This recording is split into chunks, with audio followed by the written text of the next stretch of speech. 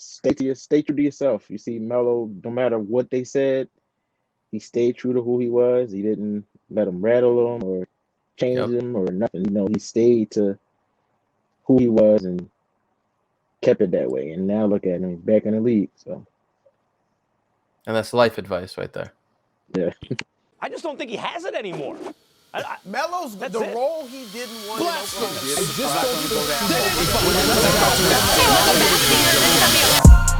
Carmelo Anthony throws it straight away. What's going on, everybody? Welcome back to another episode of Control the Narrative, a podcast where we control the narrative that the media creates. If you're new around here, subscribe to catch our weekly podcast. And if you're a returner, a subscriber, or better yet, a member, we appreciate you as always. Episode 75. Real quick to start this off, just wanted to thank everybody who came out to the blackball screening at the Manhattan Film Festival this past Friday night. Everybody from OSA who's on this podcast tonight, you'll hear him talk about it. Manny, Kyle, Johnny, Matt, Jen, my mom came out, CeeLo. I hope I'm not missing anybody. I think that's it. But a bunch of other people for different movies were also in the film festival with us and in the theater with us watching it. So it was pretty cool. Really unbelievable to even get that much support and have people come out and watch that. And it was just really cool just to have everybody there and really celebrate the blackball documentary and just, again, the continuation of this whole Control the Narrative movement. So again, appreciate you guys more than you'll ever know. And with that being said, we're going to bring on our guest for tonight. From the top right, Kenny. From the bottom right, Reggie. From the bottom left, Osa. How you guys doing tonight? Good, man. No doubt. Appreciate all you guys for taking time out. Kenny and Reggie for being Control the Narrative members. And then Osa for pulling up to the screening. Osa, what can you say? Give us a few seconds of what'd you think of the blackball screening being a guest there? Well, it was dope for sure. I never been in a theater setting to watch anything about Carmelo Anthony, who's my favorite player of all time. So it was just an experience within itself. I got there, I didn't know where to go. I haven't been to one of those before. I was asking the people at the front, and it seemed like they didn't really know anything about any of the showings. So they were just pointing at all the showings, and I was like, it's that one right there. So then it was pretty cool though. Once it actually started and everything, it was pretty cool. Even though I've seen it maybe 3 times already, and on my own time, it was cool to see it up close in a theater setting. Of course, bro. Respect, and thanks again for coming out, bro. We pulled up and we had a couple passes, and then I bought tickets for people who were having trouble purchasing tickets, and I go to the front desk. I'm like, hey, I bought tickets. I have 10 of them, and she's like, all right, who you with? And I'm just like, everyone out there. She goes, all right, you guys could just go in, no head count or anything. But anyway, fun night. And again, appreciate everybody for coming out. So that being said, let's talk some Melo. We're not going to get into the personal news that is happening with him and his life because, a lot of people have been asking me what I think about that. Not really my place. I hope everything turns out well for the family. That's all I'll say about that. But let's talk about let's go into week 2 of this whole Melo offseason preview. Last week we previewed potentially him going back to the Blazers. This week, been getting a lot of comments, a lot of rumors going around about him going to the LA Lakers. So let's start top right, Kenny, with the fucking sick ass USA Melo jerseys in the background. Kenny, how do you feel Melo fits with this Lakers team? And again, I'm going to say what I said last week. We don't know exactly who's going to be on the roster. We don't know if head coach is going to be fired or any of this, but we're assuming that the core of the team stays together. So we'll start with that. How do you feel Melo fits with that team? I think it might actually take pressure off of LeBron and AD because then they have another forward they can go to, and Melo can kind of play the 3-4 versus staying 4, and then they can slide into the 5 sometimes and maybe play AD. They can switch it up. Yep. So they'll give him another option. It might, and then if they don't bring Harold back, then that'll give him another big man. And Gasol, he's quicker than Gasol, and he's more versatile than Gasol. So I think that actually might work for him. And LeBron would help him fit into the system and everything like that. So I think that definitely it might be a good place for him. All right, Reggie, what do you think? I don't know. I mean, I'm guessing LeBron will be running the point or whatever. But it'll still be the type of situation that he's dealing with now in Portland or whatnot, where would he be able to get up enough shots and stuff, whatever. He's a rhythm player and everything, and LeBron gonna get his numbers, AD gonna get his numbers. So, I mean, even more so than what CJ and Dame was doing or whatnot. So, the offense will be mainly represented around them or whatever. So, I mean, I don't know. I just never liked that look with him and LeBron. Maybe it's just a little biased or whatnot. I just never want to play together. Maybe I just feel that just don't look right to me. And then and then they still got that other bum on the team or whatever. It's just tore his meniscus or some shit, right? Yeah. On the bench, bro. He was giving those high fives too hard. He has to relax with that shit. But fair. Do you think, Reggie, you think fit-wise it doesn't work with LeBron, or you just don't think that you just don't want to see Melo play with LeBron? Either one is fair. Just curious. Both, really. I just fit-wise, I can't see it. I mean, the way LeBron plays. I mean, I don't know. I mean, I don't want to hate on LeBron. I mean, he is pretty. He pretty dope at what he do. He can facilitate the offense or whatever, but he does it in a different way than a Chris Paul would do, or other point guards that Melo's worked well with before, like a Jason Kidd or Chauncey Billups. But I don't know. It probably could. I mean, I've just never seen nothing like that before or whatever. With basically being the same position type player. Yep. And so it just, and he still operates a lot mid-range and can do a lot of post-range damage. Well, that's for AD and LeBron play. LeBron, he can hit the three. AD can hit the three, but that's not their preference. Melo can hit it too or whatnot, but I want to see him doing what he usually does. I think that's where he's the best at, when he can be the mid-range assassin that he is. But if both of them are clogged down there and they not knock down three-point shooters, I think it'll just clog it up too much. So just, the actual way that the offense work, I don't see it working, and it just don't look right. Period. Both of them together. It's funny you said being him going back to being this mid-range assassin, and Chris Paul is, you almost want to say revitalizing this mid-range game in the playoffs right now. Mm-hmm. Obviously, he's been out, but just what Devin Booker was just doing yesterday in the fourth quarter. Mid-range after mid-range after mid-range, but everybody said it was dead. Melo's the only one that's not allowed to do it. Right. Yeah. Everybody else is cool, but Melo. I mean, it's just Paul did the same move. Yeah. 6 times. I counted it. He did the same move in the same spot 6 times. What was it, coming off the pick? Yeah. Running to the right, fade away. 6 times. So what do you think about the fit and with the Lakers? Well, it's good I went last because I agree with both of what you guys said. In a perfect world, it can go really well, but in the NBA there's slumps and all those kind of things where you lose multiple games, and then I feel like it's just not a good fit because once they start losing games, I feel like the blame will just go back to Carmelo, and then everything will start off again.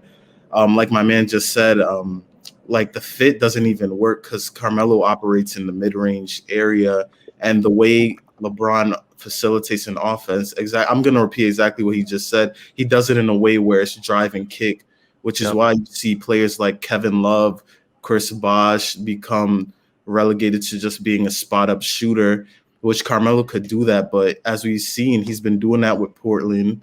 Portland actually gave him more touches than the Lakers will probably do, in the mid-post area.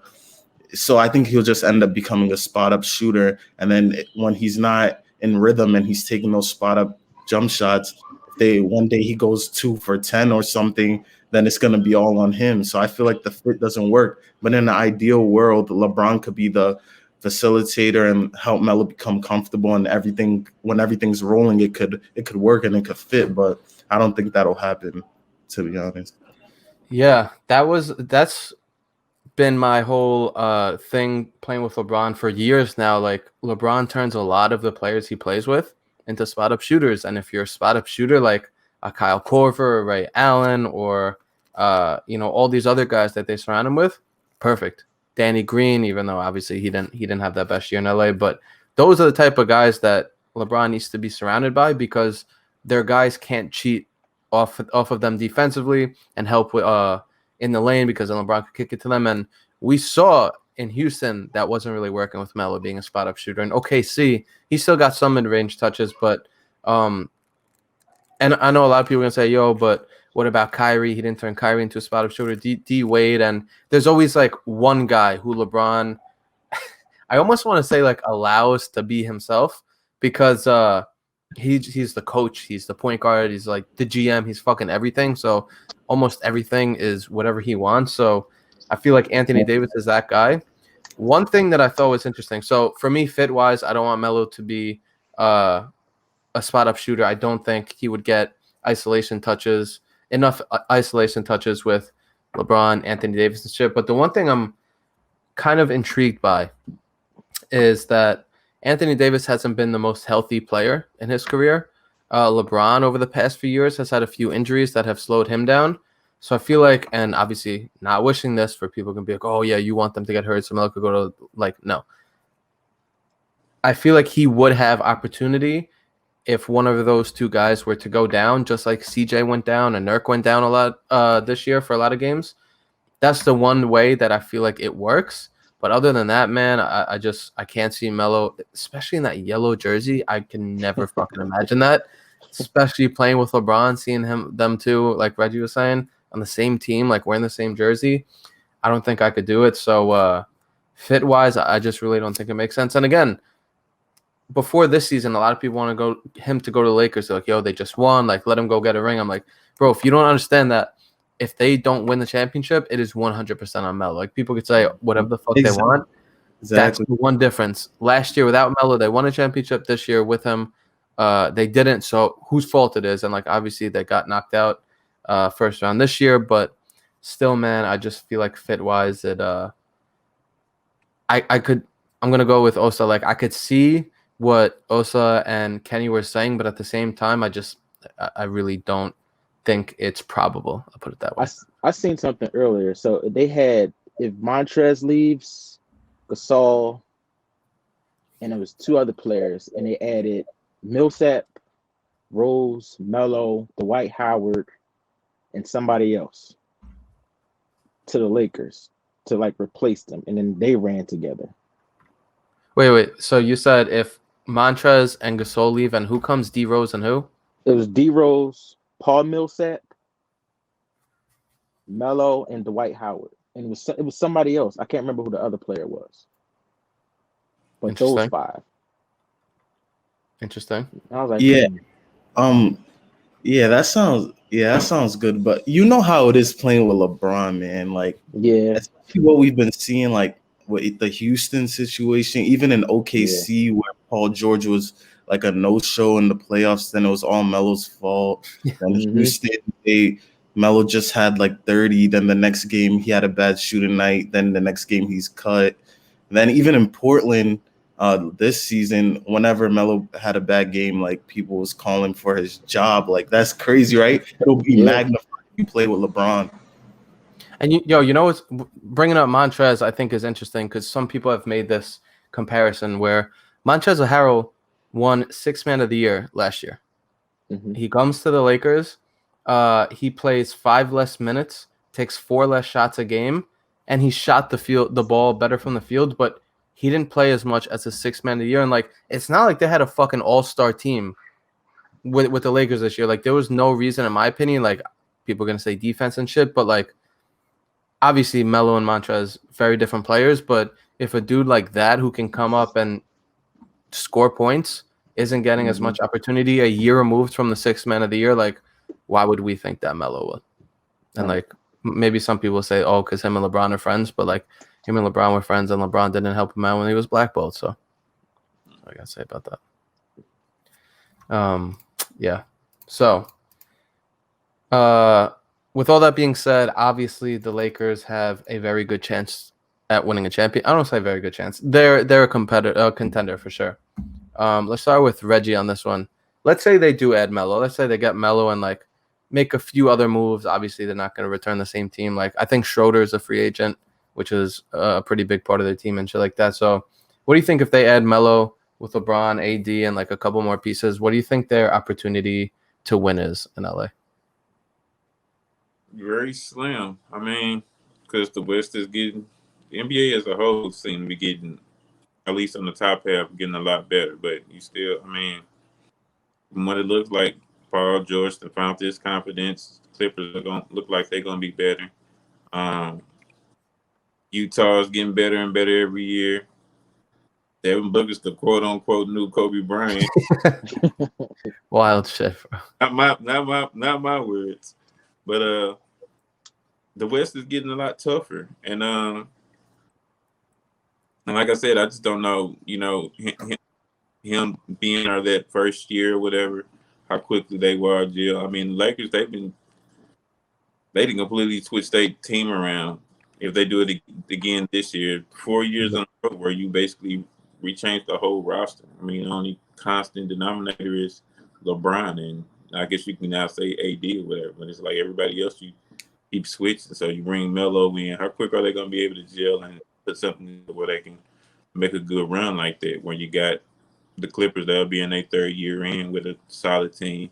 Utah bring back like they do. Denver, once they get Murray back and you know the success that they've been having and everything. So it's just it's a lot harder. Golden State, Clay will be back. Who knows? You know, I don't know how well he'll do coming off of that, you know, that tear or whatever. But I mean, if he can get back, if he can do what KD did, then you know, the league is in trouble again. The Splash Brothers are back. So it's I mean, I don't know. Like I said, I just I really can't see the fit myself because like I was saying before, it's just, you know, they're gonna be all on top of each other. No one's really a perimeter player like that where you can get some type of space or whatever. But I mean, I don't know. I mean, I guess they got some creative coaches there. Maybe Kid can pull something out of his ass and I just can't see it. I can't see it. It's too they'll be all on top of each other. They'll be stepping on each other's toes as they trying to make their place and everything. And the last thing that I would want for it to go wrong, and then the whole media and everybody turning and blaming on Melo.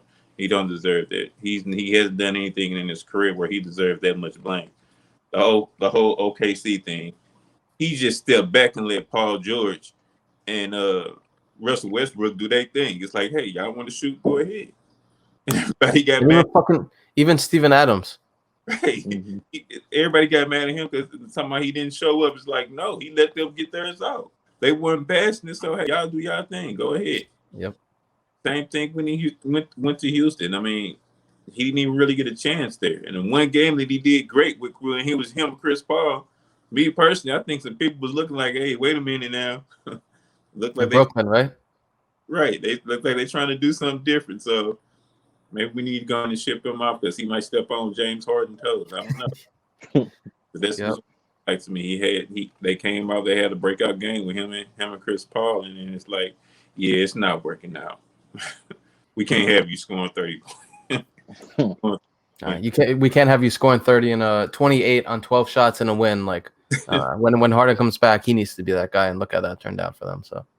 And if he don't get a fair and honest chance, like if you don't get a fair and honest chance, it's like, you know, you need to stay far away from it as you can. Fair. If he going to take the blame, go ahead and take the blame somewhere where it'll really be on you. Because from what everybody's saying, Melo's not like that. So should no blame be going to some guy who's the 4th, 5th, 6th? Exactly. Running AD's team, they supposed to be able to make it happen. If they don't make it happen, it's on them. So, but I wouldn't want to see it. All right, Osa, opportunity to win. I think they have a good opportunity to win in the short term. Like Reg said, he made a very good point. Like he said, they switch out people every year. So who's to say they don't? Like they could make it to like the conference finals. They could win it. I would say the peak would be like if everything goes right, they could win. But then you just never know how consistent it's gonna be. Like you never know. Like they might switch everything up. You know, LeBron one time got a lot of names on the Cavs. Then things weren't going good. Then everybody got traded at the deadline. So like if things go very like perfectly, they could win the championship. But if things go bad, you could see Melo and maybe like 2 teams in the next 2 years. Like and it could just go south quick. So I agree with what he said. Word. Kenny, what do you think? Only way that I'm really thinking about it. The only way it would work is if AD was to go down, and like he gets like ample amount of playing time. That'd be like the only way, other than him sinking in the bench. Because I mean, Vogel's not really. To me, his rotations wasn't really working either. Nope. From what I saw, it's like a lot of the coaches that's been coaching him is not using him properly in rotations. It's like, because even in Portland, it's like the crucial times that they should have had him in there, they didn't use him. So it's like you might go to another situation where they don't use him again, and then they're trying to find something to blame, and they're like, "Oh, let's just blame it on Melo." So, it's easy. Yep. Do you think they're contenders next year? Like, how far do you think they could get next year if they add Melo, LeBron, AD, and whoever else? It depends on the other pieces. Like it depends on who else they add to the team. Because they can't have a team full of forwards like they normally do. You know, you can't have everybody that's like shoot heavy, because that's definitely not going to work. Yep. So, man, the one thing I will say about the Lakers, like, don't want it to happen. I don't think it works fit wise, but.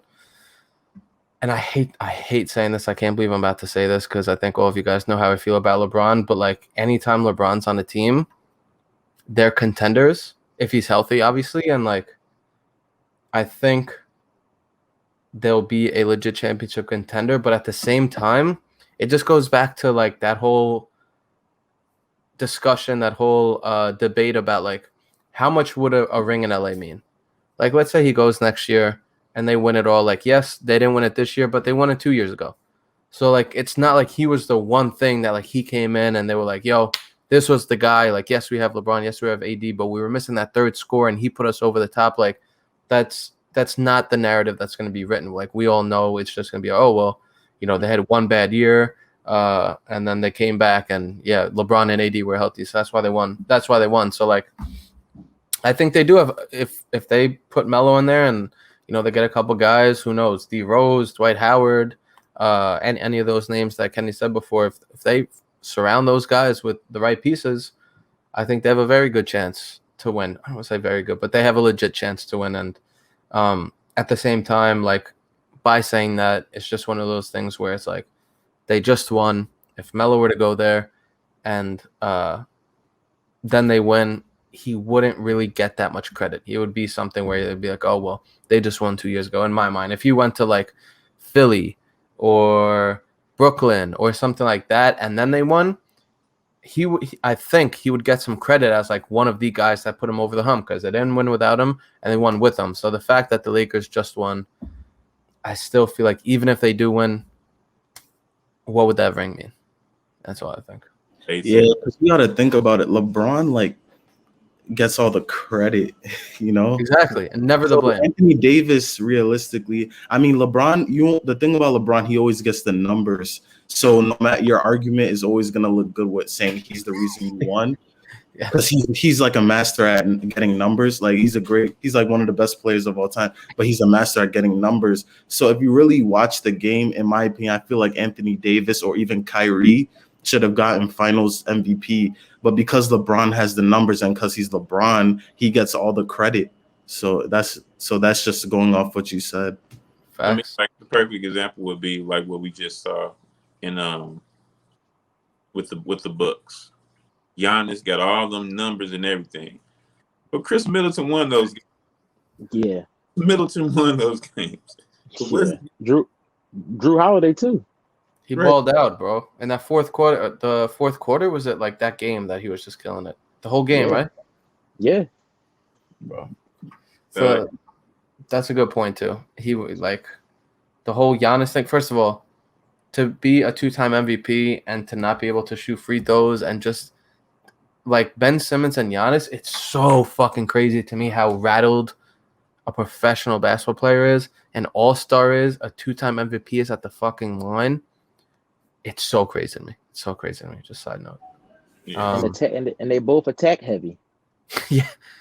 Yeah. Like that's what makes it worse. You're attack heavy. You don't really shoot. Your game is basically driving to the hole, but you don't know how to shoot free throws. That Ben Simmons play last night where he had a wide open dunk and then he passed it because he thought like he was gonna get fouled or some shit.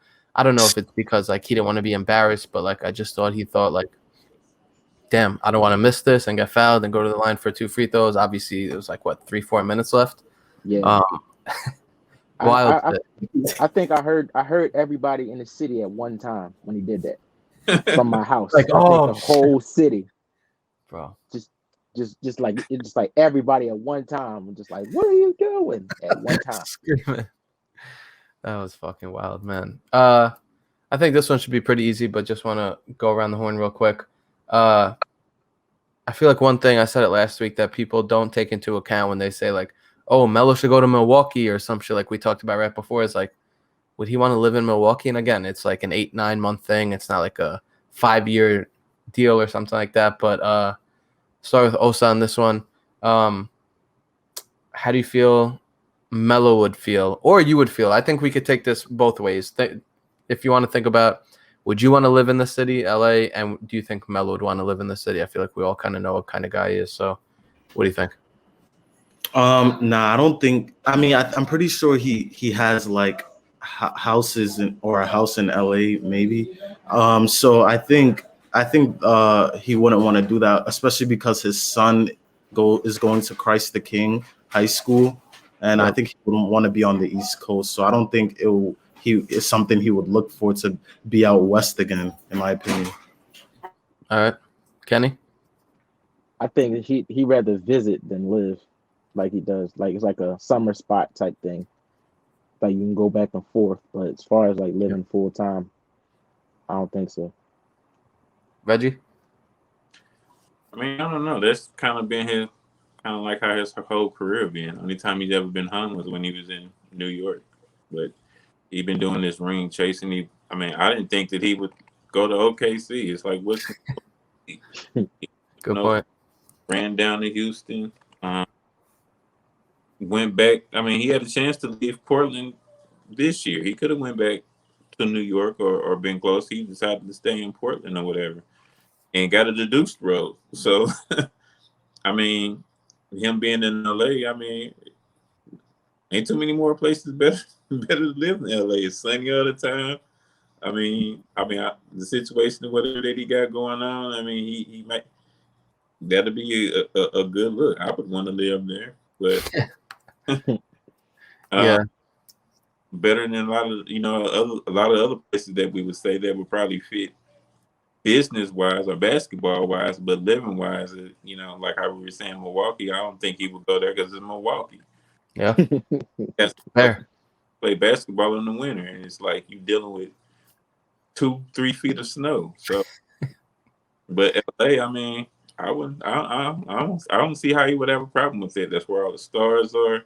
It's a better weather scene than what New York is, but I think got a lot of the same New York business vibes, network and stuff, whatever like that. So as far as like, his off the court ventures and stuff, whatever. Did y'all see that new commercial that he had with Moet and Moet? Yep. Yeah. Stuff like that or whatever. So, I think he'd be more into that, trying to promote his wines and everything, and just more of the stuff that he's trying to get into. So as far as lifestyle, I mean, the lifestyle to me is a great fit. But I understand what everybody else is saying as far as like, with his son and everything. But he's been making it work this long. Yeah. But and he's coming into his high school years, and Freshman year, yep. right. I can understand him wanting to be more involved in making sure that he can hit whatever objectives that Cayenne's trying to hit. So yeah. I'm just gonna repeat what all of you guys said. I think it makes sense in a lot of different ways. Like Reggie mentioned it. Melo, obviously, we don't know how many years he has left playing, but he's going to be transitioning in his career pretty soon to his own businesses. He does a lot of shit like that, I know. So, like, if not New York, then, like, LA is the place to be for all this shit. I'm sure there's a ton of opportunities for him and all that. Obviously, the weather. Melo's, like, he's a big city kind of guy. Like, he loves New York, obviously, LA. I just feel like he always gets up for those games, so I feel like he would really embrace that. But at the same time, his son going into high school, Christ the King, Melo's talked about like how much that shit means to him, and like you always see him. There was just a video of him over the weekend watching his son play. I don't know if you guys saw that, and he like hit I think like 6 shots in a row or some shit. So very involved in Cayenne's just like basketball career and all that shit. So I think that's one thing that would be tough, but like you guys said, he's done it this far, so why not another 9 months? But we'll see. I think LA fit wise, location wise, makes so much sense though. So much sense. For him to be there, if not New York. We'll get into the New York one a few weeks later. All right. Last question regarding these Lakers. We'll go back up to Kenny.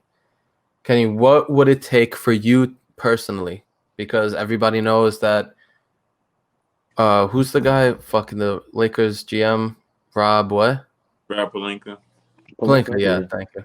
Everybody knows that Rob Pelinka, when he's thinking about signing free agents and he's looking at Melo and shit, is gonna come here and be like, "Yo, was Steve, Kenny, Reggie, and Osa cool with this? Like, what should I do to get Melo here? Because just influence so many people here." So, Kenny, let's start with you. What do you want to see the Lakers do, like, to make you okay with the Melo to LA signing? I need them to have a solid point guard that had actually spread the floor, and I need like a floor general type, Chauncey, Chris Paul type thing that like open the floor up for him like it was in Denver. Because if he gets somebody else that's ball dominant, like it was in OKC, that's not going to work. I don't know. To me, it's just whatever. I got to see the other pieces that's going to go along with it versus something that's going to hurt him or something that's going to help him. As far as what pieces do you want to see? Like, obviously, I don't know all the free agents this summer, but like, yeah, I don't know what's available, so I would have to look and see like what's available in order for me to say that. Or so, but the number one thing in your eyes is like a floor general who will like set him up and shit like that, and not like LeBron where he's just gonna make him stay in the corner. Yeah, right, pretty much. What I don't want to see is anybody change his game to fit the way they want him to play. Like I want him to be able to play the way he wants to play and he's comfortable playing, and still being able to put up numbers and being productive like he was in Portland, pretty much. So the first year until they set him down and put him at the end of the bench, crazy shit, right? Yeah. Reggie, what would you like to see the Lakers do for the signing to make sense? He said it just perfectly well. And I'm gonna be very specific. Now, not just the floor general, Chris Paul. Chris Paul there, I'm fine with just about everything else. I would still think that they would need some type of two guard that's just a knockdown two guard. Somebody that's just hit shots. All we need you to stand in their quarter and hit shots and maybe play a little bit of D. I don't need you to do nothing else. Just sit there in the corner, hit the shot, play some defense. But yeah, Chris Paul, somebody to get the ball out of LeBron's hands, facilitate the offense, and somebody that that LeBron would even respect or whatever to play point guard. Good point. That'd thing too, whatever that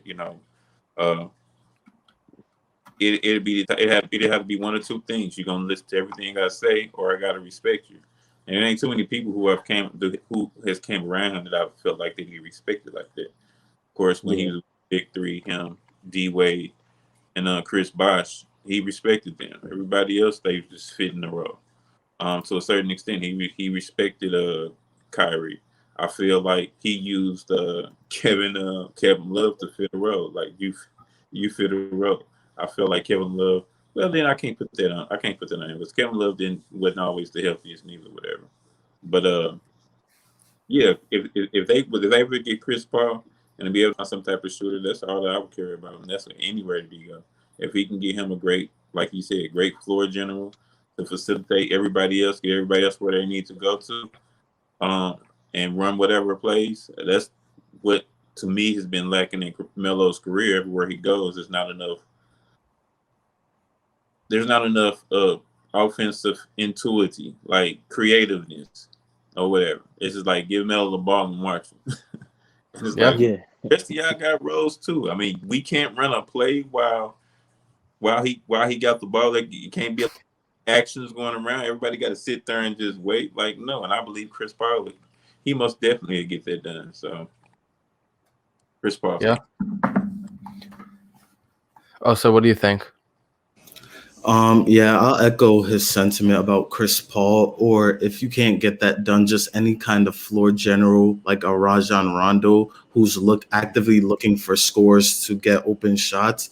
If you watch like those kind of players play, if you have a Melo or a Lou Williams or somebody on that team whose job is to score, they're actively looking to see if they're open at all times.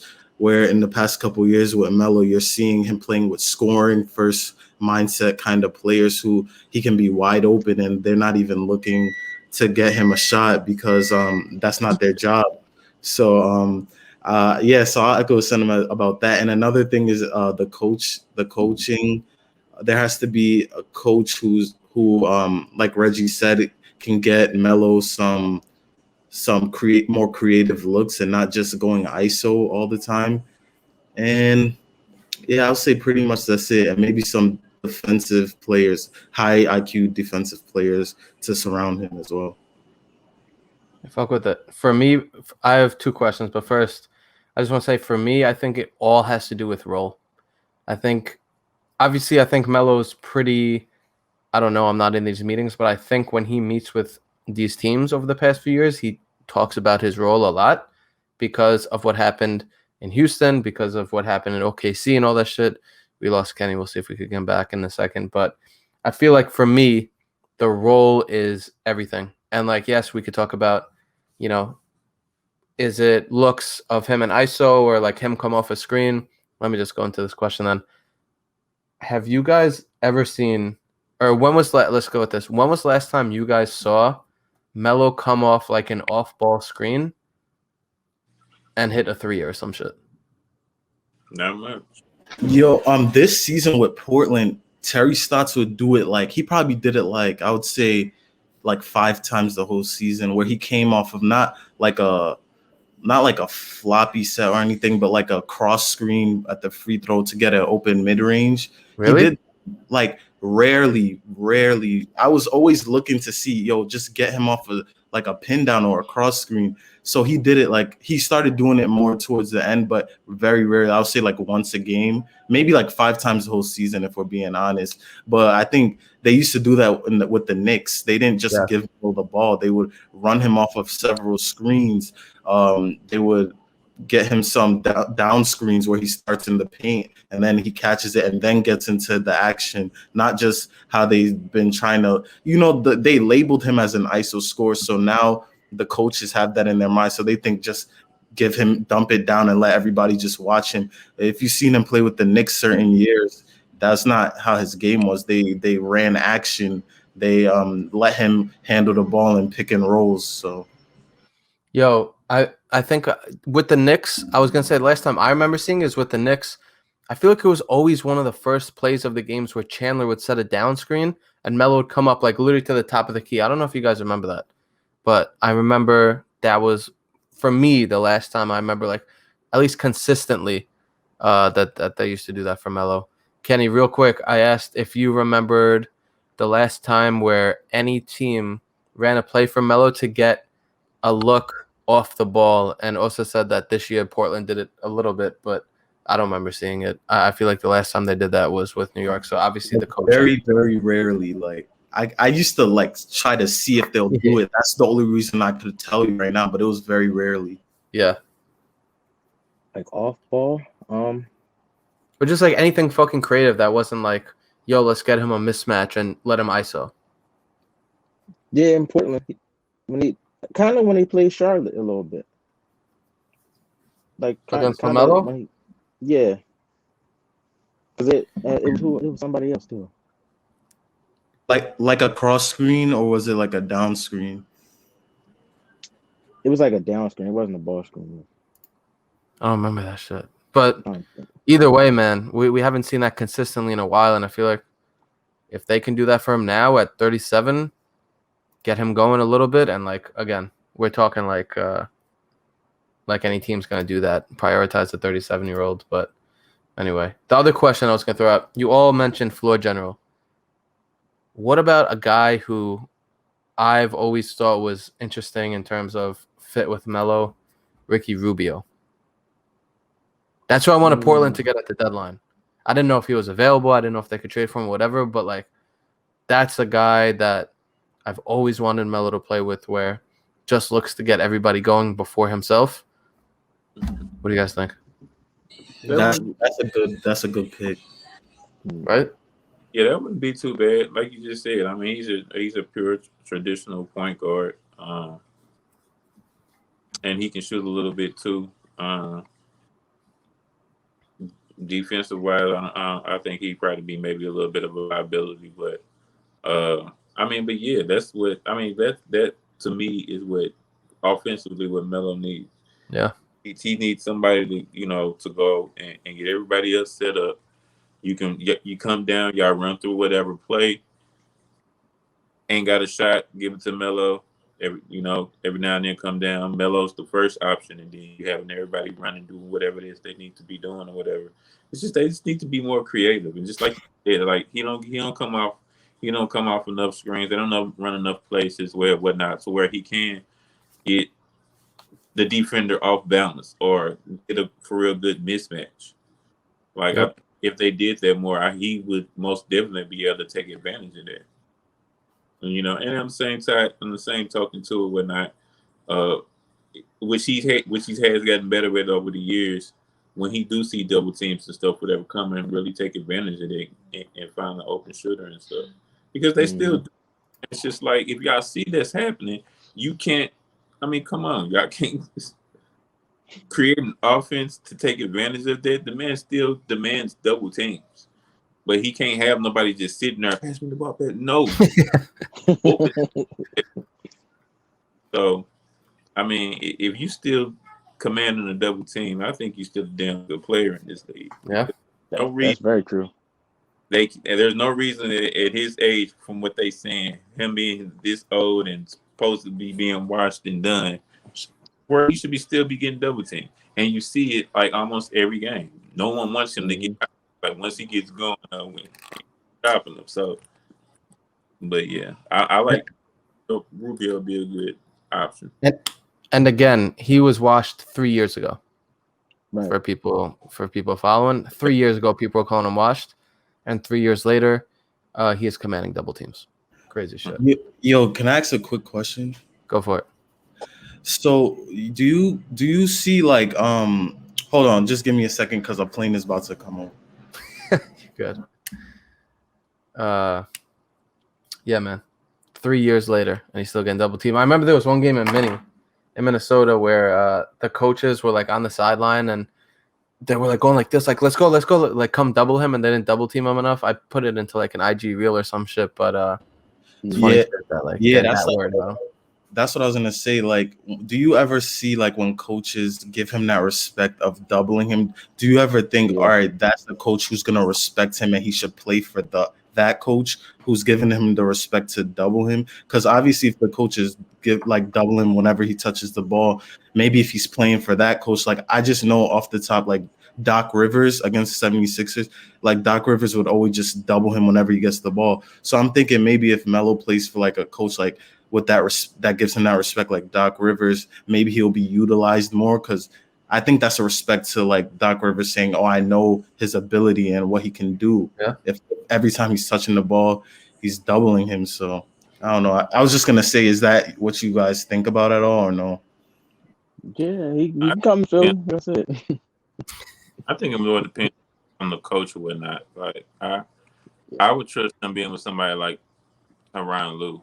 Tyronn Lue, he because he'd go out and like we've seen, make those in-game adjustments that we keep talking about. Terry Stotts about, and then we looked at from what Doc Rivers debacle. He wasn't able to make the in-game adjustments neither. So, but somebody like Tyronn Lue, he switches stuff up a lot or whatever. Almost anybody that used to be a point guard. I would love to see what Jason Kidd would do. I think the Bucks got where they are because of Jason Kidd. It was like I think they got where they were because of Jason Kidd, and then the next coach came in and just piggybacked off of that. Steve Kerr shit. It's kind of like Golden State, Mark Jackson, when he pretty much put that team together, and then they just. I'm sorry, he's have a coach. He should be having a coaching job somewhere just to see if it was a fluke. Because at the very least, I think Golden State are who they are is mainly because of him. Steve Kerr came in and he did a few things and opened up offense a little more, but the main core of that team, he gave them. Obviously, he believed that they could shoot and was giving them a green light to shoot because he the one that named them the Splash Brothers. Yeah, right. So he saw the potential in them early. And I just really feel like, Steve Kerr came in and piggybacked and took his rings. Yeah. That's how I feel. But people like that are really into the X's and O's and coaching, it's a lot of coaches that I don't really think that are coaching like that. I really don't. I think they maybe game. I don't even want to. I can't even say that they're game managers, but it's just like you see in the game and you see it's not going your way, and you don't know what to do in that position. I really look at Doc Rivers. Terry Stotts, exactly. But mainly Doc Rivers. I mean, you had Chris Paul for who knows how long and could never get past the second round. Yep. And then you got Ty Lue here. Ty Lue basically got the same team that you had, and he was able to get them to where they are now. And it's like looking at them, so it's just like, so was it really more Ray Allen, KG, and Paul Pierce? How much did he have to do with it? It makes you sit back and think. Maybe they could have won more if he wasn't there. The Doc Rivers stock is going down very quickly, to say the least. So we're saying with the coaches and stuff, I think it depends on what particular coach it is. Some of them, I think they had some good connections and how they got into the league, and the other ones and you could have said that about Ty Lue before or whatnot, but it's like you look at it and it's just like, well, he keep doing the same thing and it's working. Yep. Able to pull it off with LeBron. They made it to the finals every year. Say what you want. Well, he had LeBron. Obviously it ain't just LeBron because he didn't win that first year. He didn't do anything that first year in LA. Yeah, for sure. Yeah, and this year. It gotta be something else more than just him. Because I would Greg Popovich type. That would have definitely helped him a whole lot. Like, because he had that true point guard, and he surrounded the pieces around him that they needed to win the championships. Mm-hmm. And everybody played their role. They played into the system, and it worked. Tom Thibodeau type shit, right? Yeah. Yep. We'll see. Yep. Good question though. So that's interesting to think about. Like, obviously they respect him, so like, if he's on the team, wouldn't they draw up more plays from him? Interesting to think about. All right, yo. Got to the end of this podcast, 48 minutes in. I literally thought, I was like, all right, Lakers will probably go on for a little bit, and this will be a short episode. Here we are, almost 50 minutes in. Before we end every podcast, as you guys know, we allow our guests to control a narrative. Doesn't have to be Melo related. Doesn't have to be basketball related. Doesn't have to be sports related. So I'm gonna, whoever has one can go first. Let's try to keep it to like 30 seconds if you can. And whoever wants to take the floor and control a narrative, just hop up. I have a quick question for everybody. Do you think he would want to play for LA due to his relationship with Kobe, or he wouldn't want to play for LA because of Kobe? Interesting. I don't know. He might. You never know. Never know. I know him and Kobe were close, so maybe that's something he holds dear to him. Maybe he would want to get one and be like, "Oh, I got one for Kobe," if he's playing with LA. But I'm not sure, to be honest. I'm not sure neither because I think he wants to get a ring, and that's it. I think he would want to get a ring there. Really at this point, I guess this will be Michael Jordan there. It's like at this point when we're looking at rings or whatever, it don't matter how you get it, you just got to get a ring. Because if you don't get a ring, they're gonna look at you at a different light. Everybody, at the end of the day, everybody say Charles Barkley is a top 50 great and stuff and everything, but at the end of the day, they keep telling you that, but he ain't got a ring.